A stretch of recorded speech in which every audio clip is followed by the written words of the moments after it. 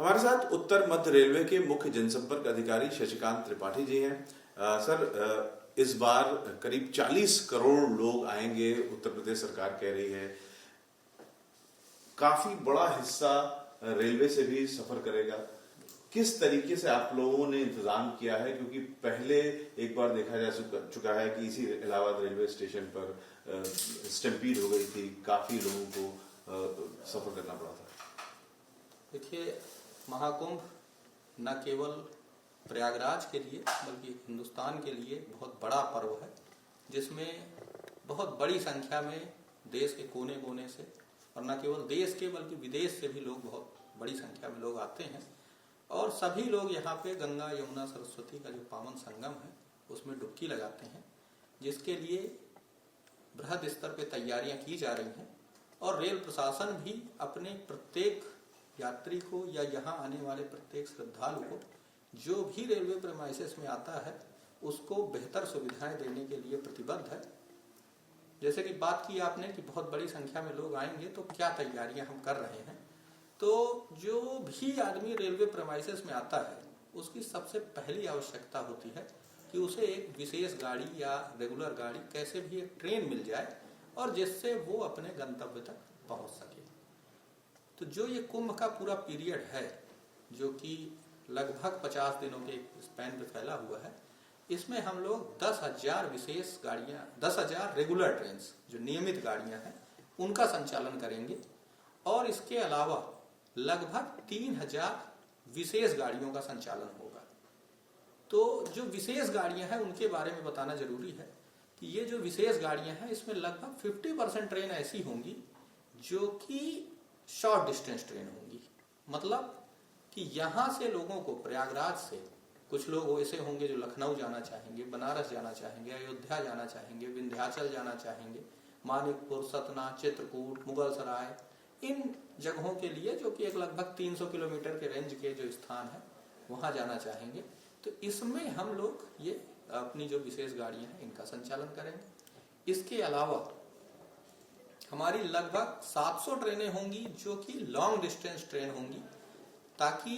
न केवल आसपास के बल्कि देश के भी कोने कोने से लोग, जो कि विभिन्न भाषा समुदाय के, विभिन्न आस्थाओं के लोग होंगे, परंतु इस कुंभ में शामिल होना चाहते हैं, वो लोग आ सकें। ये स्पेशल ट्रेन होंगी, ये भी स्पेशल ट्रेन होंगी और ये लॉन्ग डिस्टेंस ट्रेन होंगी। तो इनमें रिजर्व कैटेगरी के कोचेज ज्यादा होंगे। जो हमारी शॉर्ट डिस्टेंस ट्रेन होंगी वो मोस्टली अनरिजर्व कैटेगरी में होंगी। और इसके अलावा एक हम लोगों ने फील किया था कि यहाँ पे एक बहुत बड़े ग्रुप्स ऐसे होते हैं जो कि न केवल संगम में स्नान करते हैं, बल्कि उनकी आस्था होती है कि वो उसके साथ चित्रकूट में भी स्नान करें,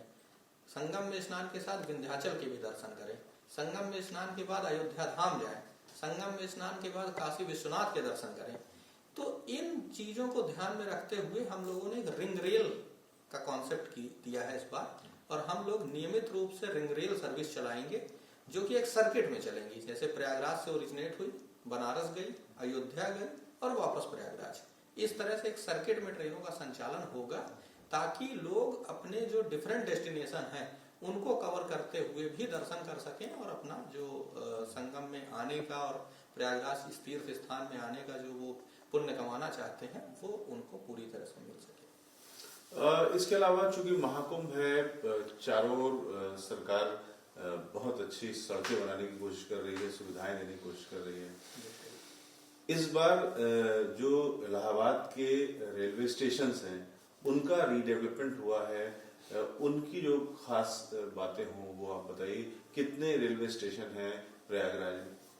देखिए, प्रयागराज क्षेत्र में 9 रेलवे स्टेशन आते हैं, जिसमें नॉर्थ सेंट्रल रेलवे के 4 रेलवे स्टेशन हैं, प्रयागराज जंक्शन, नैनी, छौकी और सूबेदारगंज जंक्शन। इसके अलावा उत्तर रेलवे के 3 स्टेशन हैं, प्रयाग, फाफामऊ और प्रयागराज संगम। और पूर्वोत्तर रेलवे, नॉर्थ ईस्टर्न रेलवे के 2 स्टेशन रहेंगे, प्रयागराज रामबाग और झूसी। इन 9 स्टेशनों से हमने अपना ये जो पूरा क्राउड है, जो पूरा संगम के श्रद्धालु आएंगे, उनको मैनेज करने की प्लानिंग की हुई है। तो इन स्टेशनों में यात्रियों को हम अधिकतम सुविधा उपलब्ध करा सकें, इसके लिए हम लोग लगभग 450 करोड़ रुपए की लागत से हमने डिफरेंट पैसेंजर एमिनिटीज के कार्य किए हैं। सबसे जो लोग जो आते हैं, जब तक उन्हें ट्रेन नहीं मिल रही है तब तक उन्हें एक ऐसी जगह की जरूरत होती है जहां पे वो अपनी ट्रेन का इंतजार कर सकें। और रेलवे के लिए भी वो बहुत इंपॉर्टेंट है, न केवल पब्लिक के लिए बल्कि रेलवे के लिए भी, क्योंकि हम लोग वहां पे लोगों को सेग्रीगेट कर देते हैं कि किस डायरेक्शन के कितने लोग वहां पे आ चुके हैं, ये हमें पता हो जाए, ताकि हम उसी के हिसाब से अपनी जो विशेष गाड़ी है, जो स्पेशल ट्रेन है, उसे प्लान करें और मैक्सिमम क्राउड को एक ही साथ हम एक डायरेक्शन में भेज सकें। तो इसके लिए हमने डिफरेंट कलर कोडिंग के साथ अपने डिफरेंट स्टेशंस पे यात्री आश्रय शेड बनाए हुए हैं। उन यात्री आश्रय शेड में ही हम लोगों को पहले होल्ड करेंगे और वहां से जब इतनी भीड़ हो चुकी होगी कि अब स्पेशल ट्रेन की एक पर्टिकुलर डायरेक्शन में आवश्यकता है, तो उस डायरेक्शन के लिए हम उनको गाइडेड वे में उस पर्टिकुलर प्लेटफॉर्म पे ले जाके और उनको ट्रेन पे बोर्ड कराएंगे। जो ये यात्री आश्रय शेड है, इनकी क्षमता प्रति एक समय में 1,10,000 लोगों को होल्ड करने की, इन सारे स्टेशनों को और मिला के देखें तो 1,10,000 लोगों को होल्ड करने की यात्री क्षमता विकसित की गई है। जो ये लोग हम होल्ड करेंगे, वो जहां पे होल्ड होंगे उस जगह पे टिकटिंग की फैसिलिटी, कैटरिंग की फैसिलिटी, पानी की फैसिलिटी, वॉशरूम की फैसिलिटी, इवन मेडिकल असिस्टेंस, किसी भी तरह की उनको मेडिकल हेल्प चाहिए हो, प्राइमरी मेडिकल हेल्प हो, या हमने अपने स्टेशनों में ऑब्जर्वेशन रूम भी बनाया है जो एक तरह से इंटेंसिव केयर यूनिट की तरह के हैं, कि चूंकि भीड़ बहुत ज्यादा होती है और बहुत सारे इसमें ओल्ड एज लोग भी आते हैं या कुछ ऐसे पेशेंट आते हैं जिनको अचानक से कोई परेशानी आ जाती है, और चूंकि शहर में क्राउड बहुत होता है, अस्पताल तक तुरंत पहुंचाना संभव नहीं होता, तो एटलीस्ट वो गोल्डन आवर मिस ना हो, इसलिए हम लोगों ने स्टेशन पे एक मिनिमम बेयर मिनिमम जो फैसिलिटीज है उनके साथ अपना एक ऑब्जर्वेशन रूम भी डेवलप किया हुआ है। तो इस तरह की सारी फैसिलिटीज के साथ वो यात्री आश्रय शेड बनाए गए हैं। इसके अलावा जो मेन चीज है, वो क्राउड के दौरान लोगों का किसी भी तरह से क्रिस क्रॉस मूवमेंट ना हो। जो ये क्रिस क्रॉस मूवमेंट होता है, ये कई बार स्टैम्पीड का कारण बनता है, क्योंकि लोग जब भीड़ आमने सामने से आ जाती है और रास्ता नहीं होता, तो वो लोग धक्का मुक्की करना और कहीं ना कहीं भगदड़ की स्थिति उत्पन्न होती है। इसलिए स्टेशनों में क्रिस क्रॉस मूवमेंट को अवॉइड करने के लिए, यूनिडायरेक्शनल मूवमेंट हो, ये इंश्योर करने के लिए हम लोगों ने अपने सभी प्रमुख स्टेशनों पे सेकेंड एंट्री डेवलप की हुई है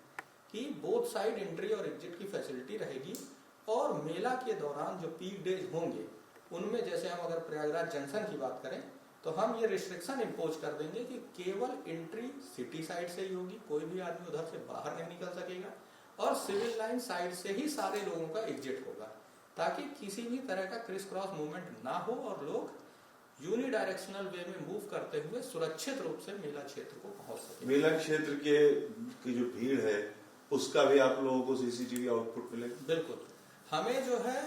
क्या है कि हमने अपने डिफरेंट स्टेशंस पे कंट्रोल टावर्स बनाए हुए हैं, कंट्रोल रूम्स बनाए हुए हैं, और एक इंटीग्रेटेड कंट्रोल रूम हमारा प्रयागराज जंक्शन पे है, जहां पे हमारे ये जो सारे स्टेशंस हैं,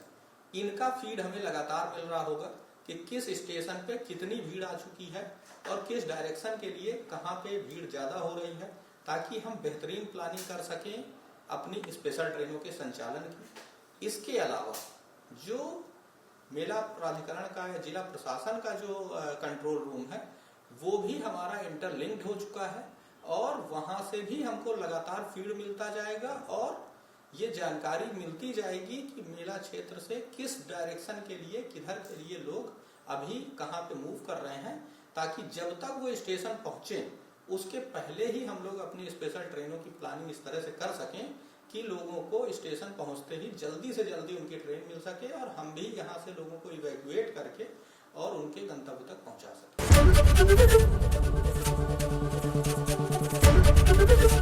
एबीपी गंगा, खबर आपकी, जुबान आपकी।